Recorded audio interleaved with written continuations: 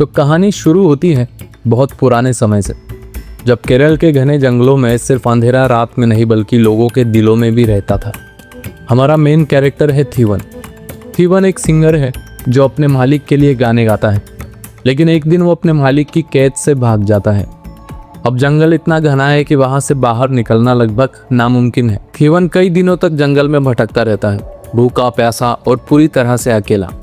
लेकिन तभी उसे दूर एक पुरानी हवेली दिखाई देती है, और यही से शुरू होती है इस फिल्म की असली हॉरर और मिस्ट्री। जब थीवन उस हवेली में जाता है तो उसे वहाँ एक बूढ़ा आदमी मिलता है।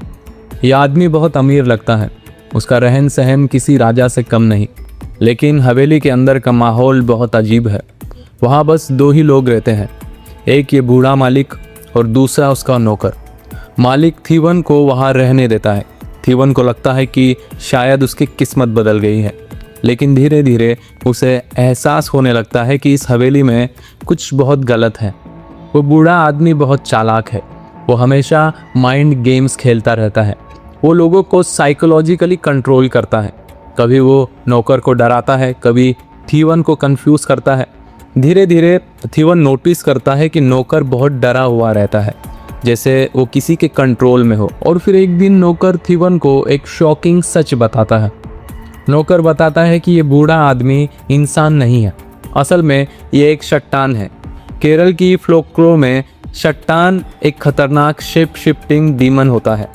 ये इंसानों को फंसाता है, उनकी ज़िंदगी बर्बाद करता है और उनकी आत्मा को गुलाम बना लेता है। और यही चीज़ इस हवेली में भी हो रही है। जो भी यहाँ आता है वो इस डीमन के जाल में फंस जाता है।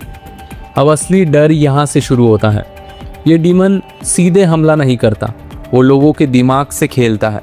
वो उन्हें झूठ और सच के बीच फंसा देता है। कभी वो दोस्त बनता है, कभी वो दुश्मन, कभी वो दया दिखाता है और कभी बहुत क्रूर बन जाता है। इसीलिए इस हवेली में रहने वाला हर इंसान धीरे धीरे मेंटल प्रिजन में फंस जाता है। अब थीवन समझ जाता है कि अगर उसे ज़िंदा रहना है तो उसे इस डीमन से बचकर निकलना होगा। लेकिन प्रॉब्लम यह है कि ये डीमन बहुत पावरफुल है, वो लोगों के दिमाग को कंट्रोल कर सकता है। थीवन कई बार भागने की कोशिश करता है, लेकिन हर बार वो हवेली के अंदर ही फंस जाता है, जैसे कि ये हवेली खुद एक ट्रैप हो।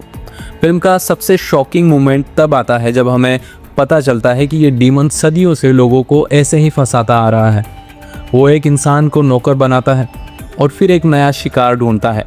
मतलब जो भी यहाँ आता है वो या तो मर जाता है या फिर उसकी जगह नया गुलाम बन जाता है। अब थीवन डिसाइड करता है कि वो इस डीमन को हराएगा। वो डीमन के साथ माइंड गेम खेलना शुरू कर देता है। वो उसे कंफ्यूज करता है, उसकी कमज़ोरी ढूंढता है और आखिर में एक मौका मिलते ही वो उस पर हमला कर देता है। लेकिन डीमन इतनी आसानी से हारने वाला नहीं है। यहाँ फिल्म एक साइकोलॉजिकल बैटल बन जाती है। फिल्म के आखिर में हमें एक बहुत डार्क मैसेज मिलता है। इस कहानी में असली डर भूत या डीमन नहीं है, बल्कि इंसान का लालच और पावर की भूख है, क्योंकि कई बार इंसान खुद ही अपने लिए नरक बना लेता है। और यही चीज़ इस हवेली में भी होती है। तो दोस्तों, ब्रह्मयुगम सिर्फ एक हॉरर फिल्म नहीं है, ये एक साइकोलॉजिकल थ्रिलर है जो हमें दिखाती है कि अगर किसी के पास पावर और कंट्रोल आ जाए तो इंसानों को कैसे अपनी कठपुतली बना सकता है। और यही वजह है कि ये फिल्म बाकी हॉरर फिल्मों से बिल्कुल अलग लगती है।